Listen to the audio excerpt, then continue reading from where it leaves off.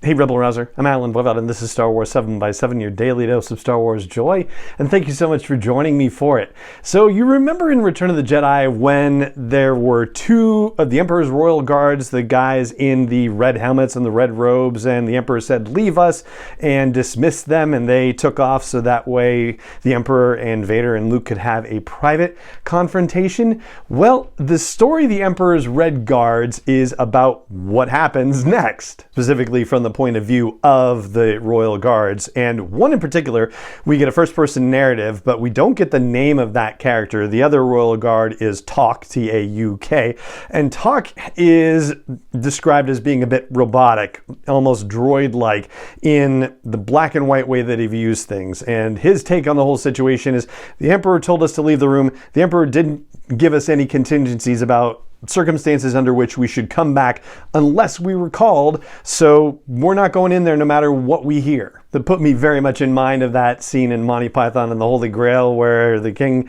is leaving his son in the room and tells the guards, "Don't let anybody in," and the guards are like, "Not to let anybody in until they tell us to," and you know, there's that whole messed up exchange that happens as a result. Well, yeah, ultimately our narrator Red Guard just lets his instincts get the best of him, and even though he has not been instructed to return unless he's called, he actually goes back into the room and sees Luke dragging Darth Vader away, and Darth Vader says, "Leave us."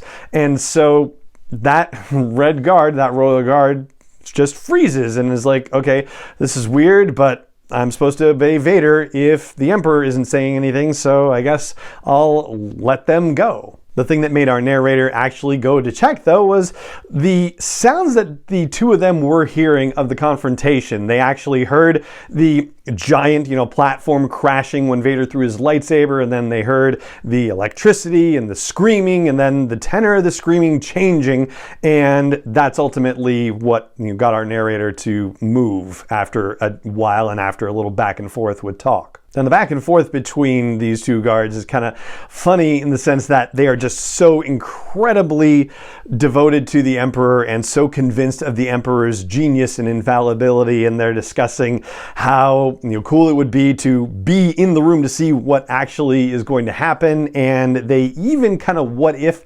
scenarios that ultimately end up being exactly what happens. One of them says, what if the Emperor goads Luke Skywalker into trying to kill him? We also get a little bit of backstory about how these two particular guards have risen through the ranks, that to achieve their position, they had to fight to the death against some other prospective Royal Guards in a place called the Squall, and that they eventually moved up through the ranks of the Royal Guards themselves to be the personal attendants to Palpatine.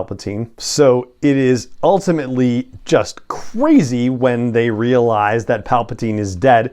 Our narrator just has his world completely shattered. The other partner guard Tauk says, "Well, then let's just go avenge him," and it's just that period paragraph. And they find Luke and Vader at the shuttle, and we see in the movie with Luke and Vader that Luke is just sad when Vader dies, and that's it, and then they're on the shuttle flying away. But before that happens, Luke turns around and the two Royal Guards are there to confront him, and Luke says, "Run and save yourselves." And one of the Royal Guards, our narrator, realizes that, oh, Luke Skywalker didn't turn to the dark side. Initially they were thinking maybe Luke turned and he killed the Emperor and he killed Vader and maybe we should serve Luke now. But they realized, no, actually the Emperor utterly and completely failed, and Luke won and killed not only the Emperor but seemingly Darth Vader as well, even though for some strange reason he's dragging the body around, which doesn't make sense to the Royal Guards because they don't have the whole piece of the puzzle. Then while Luke is dragging Vader's body up into the shuttle, our two Red Guards get into an argument about, why didn't you stop him? No, why didn't you stop him? And can't you see everything's going to hell? And, well, then we've got to avenge him anyway. But no, you don't get it. And so they end up getting in a fight themselves, and our narrator wins that fight. tries to escape, but is trapped under falling debris, and Luke Skywalker comes to the rescue, uses the Force to lift the debris off our narrator and says, get out of here.